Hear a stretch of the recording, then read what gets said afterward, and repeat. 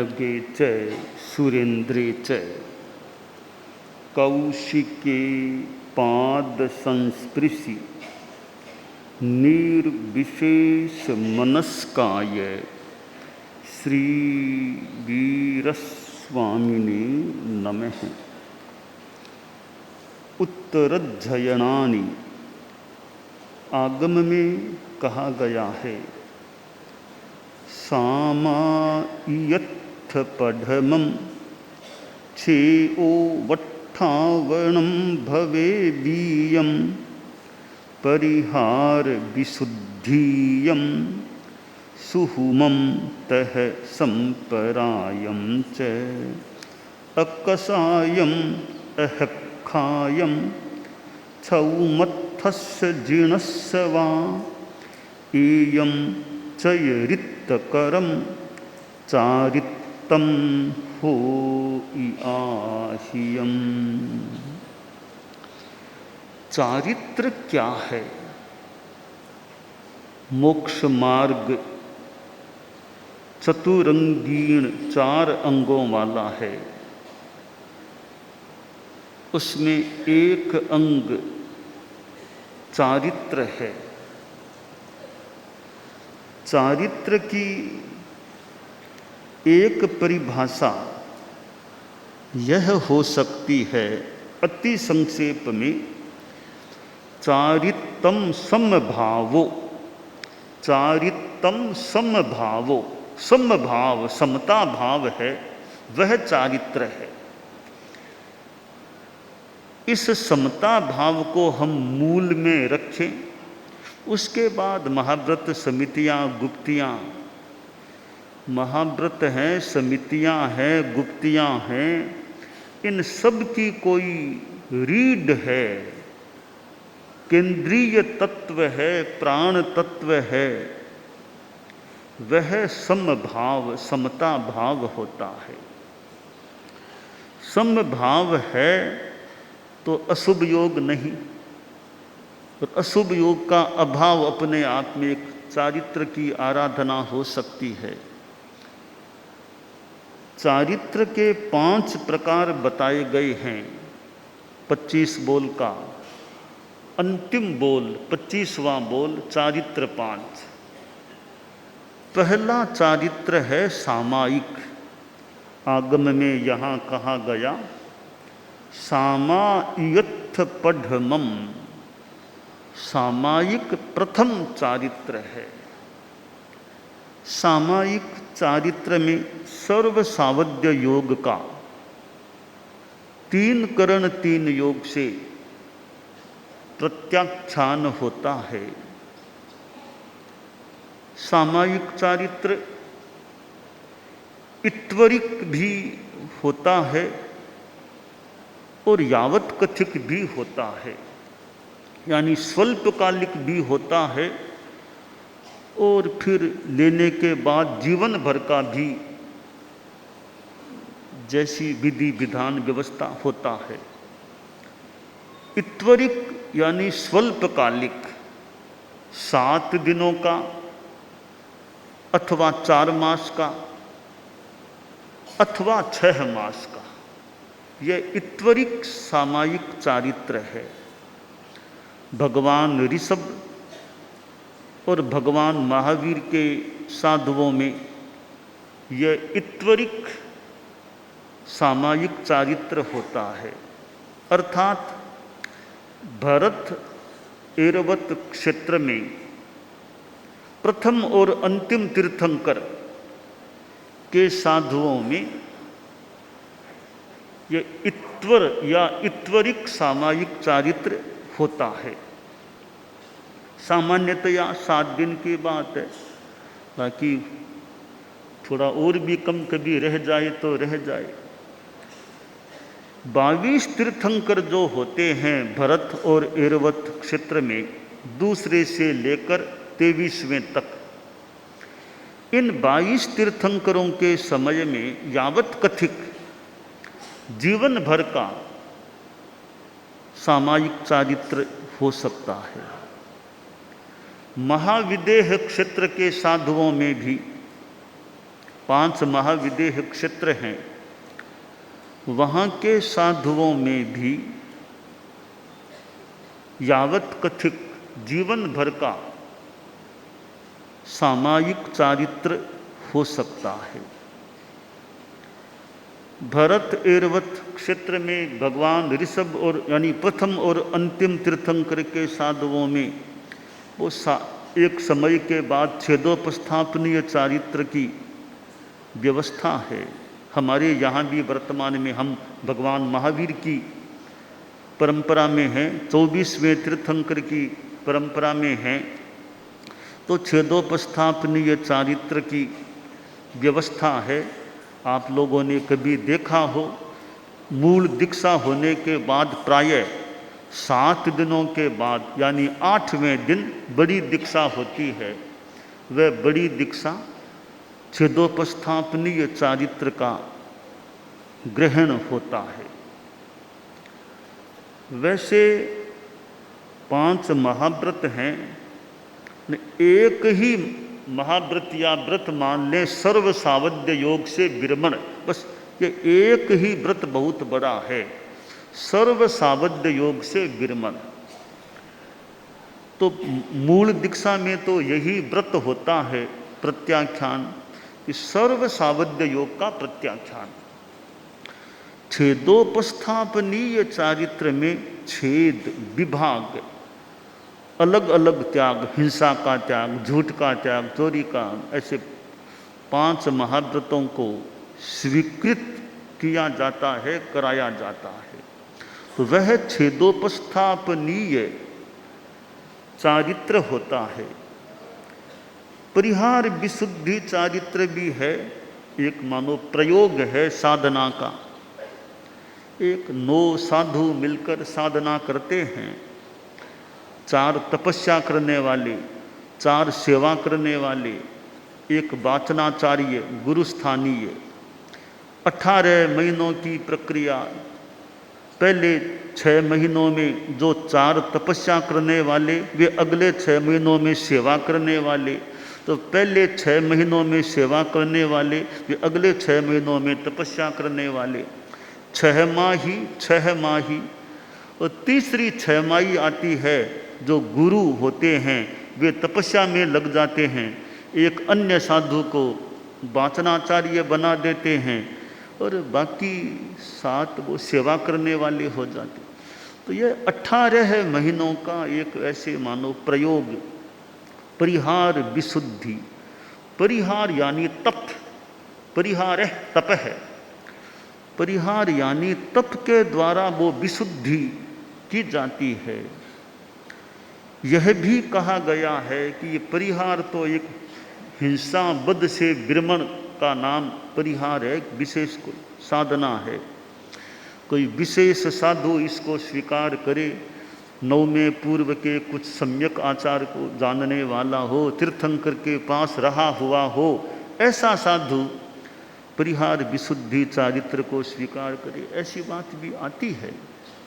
तो तीसरा है परिहार विशुद्धि चारित्र, और चौथा है सूक्ष्म संप्राय। ये जो लोभ है, 9वें गुणस्थान में कोह मान माया 3 तो चले गए, उपशांत या क्षीण हो गए। लोभ 10वें गुणस्थान तक भी सूक्ष्म रूप में अस्तित्व में रहता है। तो 10वें गुणस्थान का जो चारित्र है वह सूक्ष्म संप्राय, चारित्र का नाम भी सूक्ष्म संप्राय है और 10म गुणस्थान का नाम भी सूक्ष्म संप्राय गुणस्थान है। 5वां चारित्र है अकसायम अहखायम। यथाख्यात चारित्र है वो अकसाय होता है, कसाय रहित होता है। यथाख्यात चारित्र उपशमात्मक यथाख्यात चारित्र और क्षयात्मक मोहक्षयात्मक यथाख्यात चारित्र। 11वें गुणस्थान में मोहोपशमात्मक यथाख्यात चारित्र होता है। 12वें, 13वें, 14वें गुणस्थान में मोहक्षयात्मक यथाख्यात चारित्र होता है। यथाख्यात चारित्र छद्मस्थ में भी हो सकता है और केवली में भी होता है। 11वें, 12वें गुणस्थान में जो यथाख्यात चारित्र है वह छद्मस्थ का यथाख्यात चारित्र है। 13वें और 14वें गुणस्थान में जो यथाख्यात चारित्र है वह केवली का यथाख्यात चारित्र है। और केवली का यथाख्यात चारित्र भी दो प्रकार का कर सकते हैं कि सयोगी केवली यथाख्यात चारित्र, अयोगी केवली यथाख्यात चारित्र। यों यथाख्यात चारित्र को हम 4 प्रकार का बना सकते हैं। 11वें गुणस्थान का यथाख्यात चारित्र है, हम उसको मोहोपशमात्मक यथाख्यात चारित्र कह सकते हैं। 12वें गुणस्थान का जो यथाख्यात चारित्र है उसे मोहक्षयात्मक छद्मस्थ यथाख्यात चारित्र कह सकते हैं। 13वें गुणस्थान का जो यथाख्यात चारित्र है उसे सयोगी केवली मोहक्षयात्मक यथाख्यात चारित्र कह सकते हैं। और 14वें गुणस्थान के यथाख्यात चारित्र को वो अयोगी केवली मोहक्षयात्मक जोड़ें तो जोड़ दें, न जोड़ें, यथाख्यात चारित्र है। इस प्रकार यथाख्यात चारित्र 4 प्रकार का जाना जा सकता है।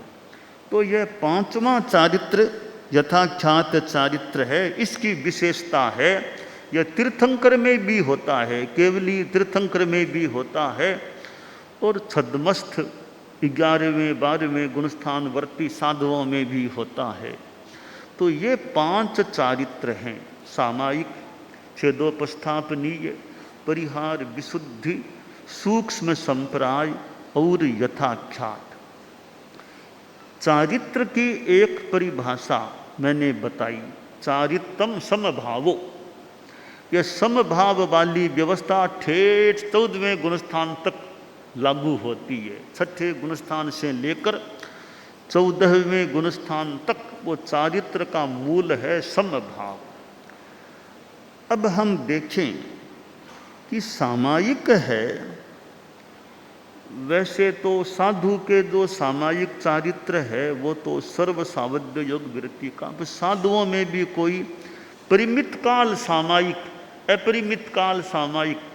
तो परिमित काल की सामायिक स्वाध्याय आदि करना है तब साधु भी सामायिक लेके बैठ जाए। हमारी व्यावहारिक भाषा में हम इसे श्रुत सामायिक कहते हैं, श्रुत व्यावहारिक कहते हैं, ग्रंथ आधारित भी कह सकते हैं आश्रय। श्रुत सामायिक हमारे यहाँ भी थोड़ी परंपरा संभवतः स्थापित हुई। श्रुत सामायिक कि अभी स्वाध्याय करना है, आगम पढ़ना है तो एक मुहूर्त की तो श्रुत सामायिक ले लो। करे में बंदे सुय सामायियम, एक मुहूर्त की श्रुत सामायिक। पर उसमें साधु साध्वियाँ भी बीच में पानी भी नहीं पिए, आहार नहीं करे, दवाई भी नहीं ले, और बीच में अन्य कोई सामान्यतया प्राय अन्य बात भी न करें। हो सके तो उठ बैठ भी अनावश्यक उठना बीच में न करे।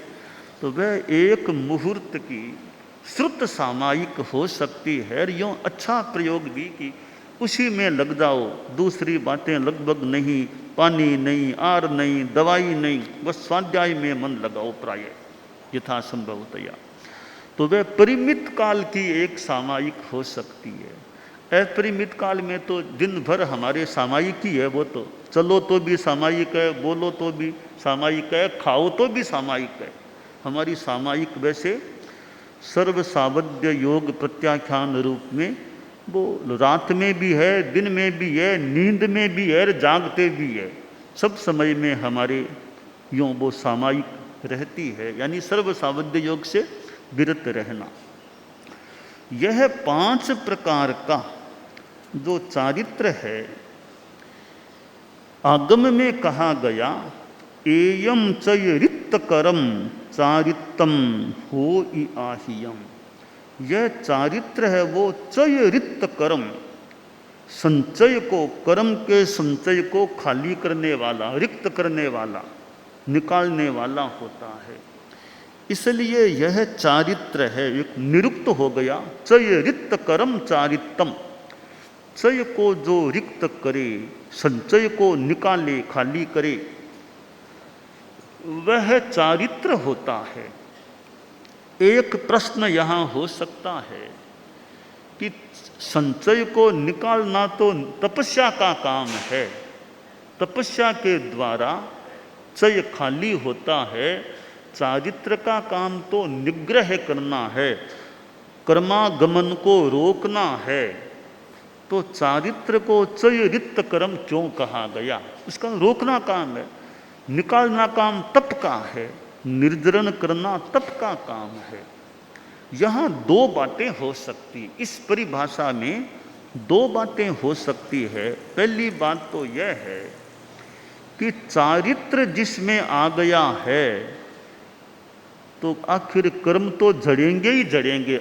नया आगमन बंद हो गया है तो एक बड़ा काम हो गया, नया कर्मागमन निरुद्ध हो गया। अब पुराने कर्मों को तो जड़ना ही पड़ेगा, अपना अपना समय आएगा तब भी जड़ना ही पड़ेगा उनको। तो चारित्र आ गया है तो नया आना बंद होना बड़ी बात है। पुराने को निकालना ठीक है, नया आना बंद नहीं होगा तो निकालते जाओ और आता जाएगा, निकालते जाओ और आता जाएगा, तो अंत कब आएगा? कि नया आना बंद हो गया तो भीतर में है उसको तो अपने आप जाना ही पड़ेगा, निकलना ही पड़ेगा। तो चारित्र की एक निष्पत्ति यह हो सकती है कि चय को खाली होना ही पड़ता है। यह एक बात अच्छी प्रतीत हो रही है। एक बात बताई गई है कि चारित्र है, उसमें तप भी अंतर्गत है। शुभ योग होता है, तप है, तो उस नया आना तो बंद हो ही गया। अब शुभ योग से निर्जरा भी होती है साथ में। इसलिए चय रिक्त कर्म चारित्तम, चय को रिक्त करने वाला यह चारित्र हो जाता है। 8 आत्माओं में 7वीं आत्मा चारित्र आत्मा होती है। साधु साध्वियों को भी, आचार्य युवाचार्य भी साथ ही है, सब चारित्र आत्माएं होती हैं। चारित्र आत्माएं जिनमें सर्व विरति रूप चारित्र है।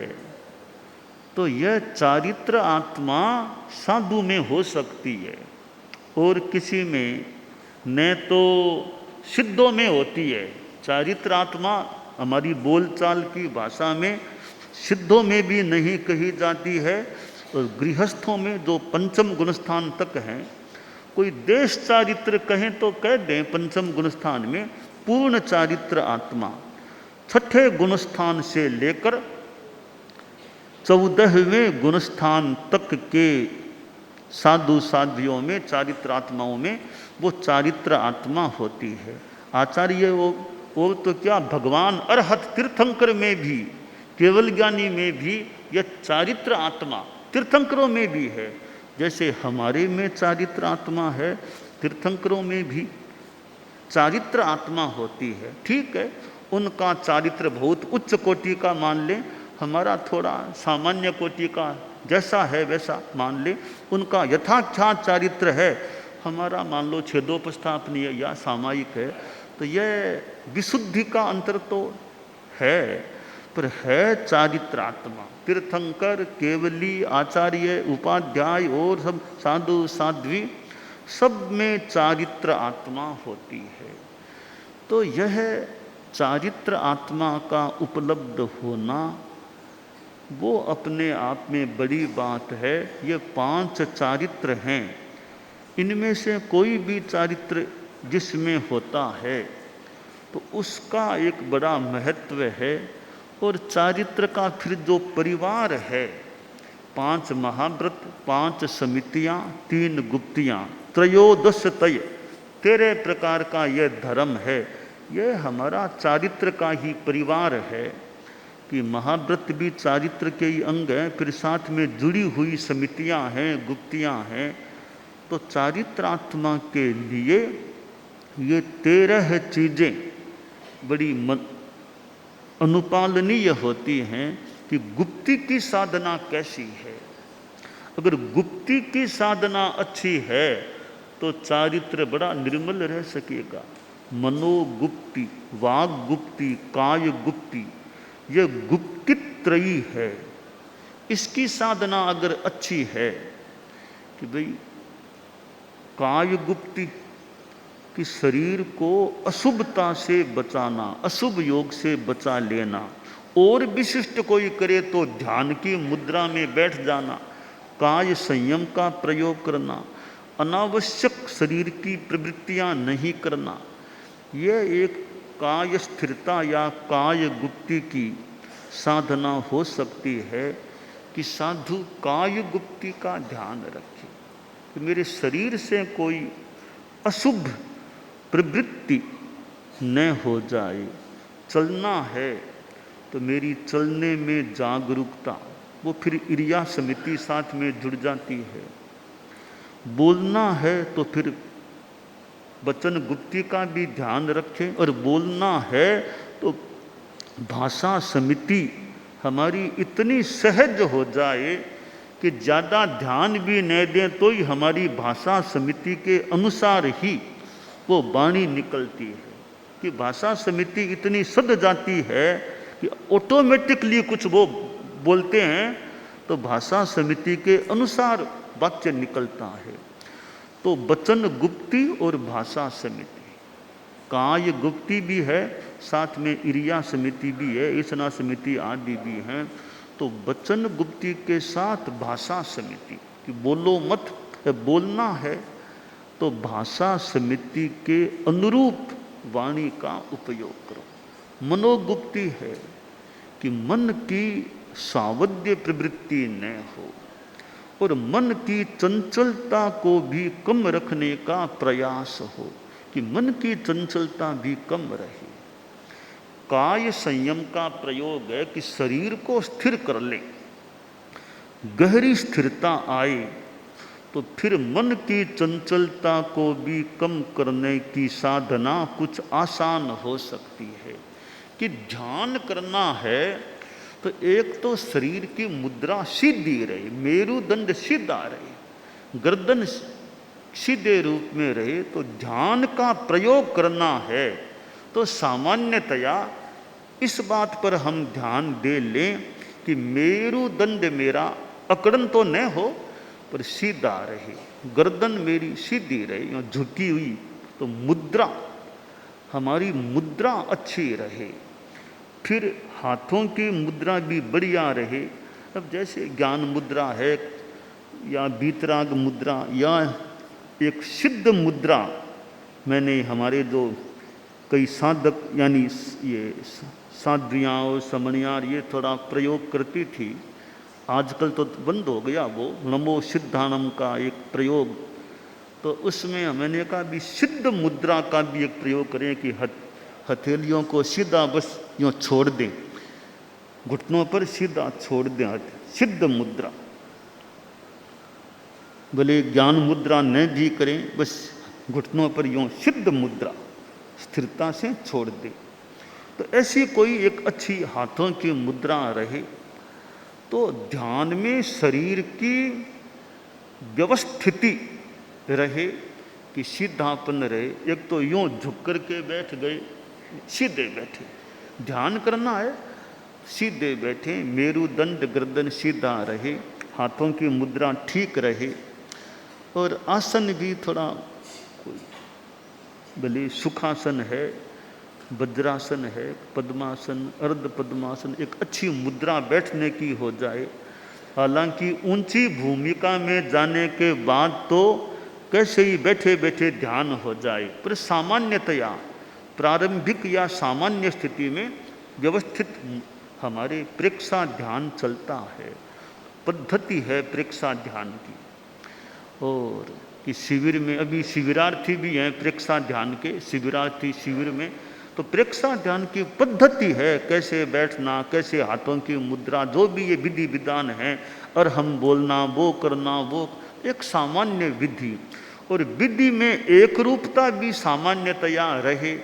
ये प्रेक्षा ध्यान के नाम से प्रयोग कराना है तो यथासंभवतया एक निर्धारित प्रक्रिया से हो। कि भी चाहे अमेरिका में ध्यान कराओ, चाहे दिल्ली में कराओ, चाहे लाडनों में कराओ, और कहीं कराओ, कि शिविर लगाना है प्रेक्षा ध्यान का, प्रायः यथासंभवतया जो निर्धारित विधि है उसके अनुसार। और आजकल तो मैं जानने को मिला वो कैसेट के द्वारा भी, तो फिर उसमें तो अपने आप ही एक रूपता रह सकती है। कराने वाले हैं, इन्होंने किसी तरह से करा दिया, इन्होंने किसी तरह से करा दिया, इन्होंने किसी तरह से करा दिया। कराने वाला कभी उसको खांसी आ रही है, कभी छींक आ रही है, तो ऐसे कैसेट बोल रही है, वो न तो संभवतः पहले से ध्यान दिया, न तो छींक है न खांसी है, एक समान शब्दावली है। वो कैसेट दिल्ली में सुन लो, चाहे लाडनों में सुन लो, चाहे अमेरिका में सुन लो, एक समान विधि से उतनी कालावधि, कितना समय और हम विधिवत किया हुआ हो, एक समानता से वो कैसेट के द्वारा वो प्रयोग हो सकता। हाँ, साथ में कोई आदमी प्रशिक्षक भी वहाँ रहे, प्रशिक्षक भी रहे, चाहे संत रहे, साध्वी जी, समणी जी या गृहस्थों में कोई रहना चाहिए शिविर में। कोई जिज्ञासा हो, कोई समस्या हो, कोई देखना हो कैसे प्रयोग कर, तो एक प्रशिक्षक भी ट्रेंड वहाँ रहे। आवाज़ प्रायः वो कैसेट बोलती है, तो एक रूपता की दृष्टि से वो कैसेट की आवाज़ है वो ज़्यादा एकदम फिट रह सकती है, ऐसा अनुमानित हो रहा है। और आवाज़ भी फिर एक मान्य व्यक्ति की हो तो वो और ज़्यादा उसका, जैसे आचार्य श्री महाप्रज्ञ जी थे, अब उनकी आवाज़ में प्रयोग हो रहा है। एक हमारे श्रद्धेय कह दें, प्रेक्षा ध्यान के एक मुखिया जो भी कह दें, उनकी आवाज़ में वो कैसेट में है वो आवाज़ आती है, तो उनसे जुड़े हुए हमारे गुरुदेव की आवाज़ आ रही है, तो वो भी भाव साथ में जुड़ सकता है और फिर आवाज़ स्पष्ट भी हो और अच्छी तरह सुनाई दे सके। तो यह एक रूपता को रखना है। उस दृष्टि से तो यह निर्जीव जितनी एक रूपता रखती है, निर्जीव चीज़ कैसेट निर्जीव है, वो जितनी एक रूपता रख सकती है, सजीव आदमी उतनी एक रूपता रख सके या न रख सके। तो अलग अलग प्रशिक्षक होते हैं ना, तो कोई मुनि जी ने किसी तरह प्रयोग करा दिया, किसी साध्वी जी ने अपने ढंग से, समणी जी ने अपने ढंग से अगर करा दिया। अब शब्दावली दिमाग में पूरी कंठस्थ रहे कि न रहे, फिर अपनी ओर से जोड़ना पड़ जाए। पर कैसेट में संभवतः प्रायः यह समस्या न भी हो कि वो कैसेट भूल गया। भूलना कैसेट का व्यवस्थित कैसेट है। तो यह प्रेक्षा ध्यान पद्धति में हमारी कितनी प्रेक्षा वाहिनियाँ होगी, विदेश में देश में कई तरह प्रयोग कराने वाले हों, तो एक रूपता की दृष्टि से संभवतः यह कैसेट की जो विधा है, कभी स्वयं प्रशिक्षण भी करा दे, पर एक रूपता रखने के लिए तो शिविर में वो कैसेट की विधा संभवतः ज़्यादा निरपवाद सिद्ध हो सकता है। व्यक्तिगत कोई प्रयोग कराना तो कोई मुनि जी के पास, शिविर में कराना है तो वो व्यवस्थित रूप संभवतः कैसेट से रह सकता है। तो यह प्रेक्षा ध्यान जो हमारे यहाँ चल रहा है, परम पूज्य आचार्य श्री तुलसी के समय जो क्रम शुरू हुआ, और गुरुदेव तुलसी ने भी मानो प्रेरणा दी, प्रेक्षा ध्यान साधना की प्रेरणा दी। मुझे स्मरण हो रहा है विक्रम संमत 2033 का चतुर्मास परम पूज्य परम वंदनीय गुरुदेव श्री तुलसी का सरदार शहर में था। तो मैं भूल न करूं तो गुरुदेव गोठी जी की हवेली में विराजते गुरुदेव तुलसी, तो वहाँ साधुओं की उपस्थिति होती और प्रेक्षा ध्यान का वो प्रयोग सुबह सुबह कराया जाता, यानी प्रातराश के शायद बाद के समय में प्रेक्षा ध्यान सुबह वो चलता। संभवतः मुनिश्री नथमल जी स्वामी टमकोर फिर गुरुदेव के यहाँ पास वहाँ विराजते, प्रेक्षा ध्यान का प्रयोग चलता। और गुरुदेव तुलसी ने प्रेक्षा ध्यान की प्रेरणा भी दी। जब सरदार शहर में आचार्य भिक्षु का चरमोत्सव आया तो गुरुदेव ने गीत में भी प्रेरणा दी। शुद्ध भाद्रव सरदार शहर में, शुद्ध भाद्रव सरदार शहर में, धर्म बहार लगी घर घर में, धर्म बहार लगी घर घर में, तुलसी प्रेक्षा ध्यान साधना रो रंग ल्यावा, तुलसी प्रेक्षा ध्यान साधना रो रंग ल्यावा, स्वामी भीखण जीरो नाम आठों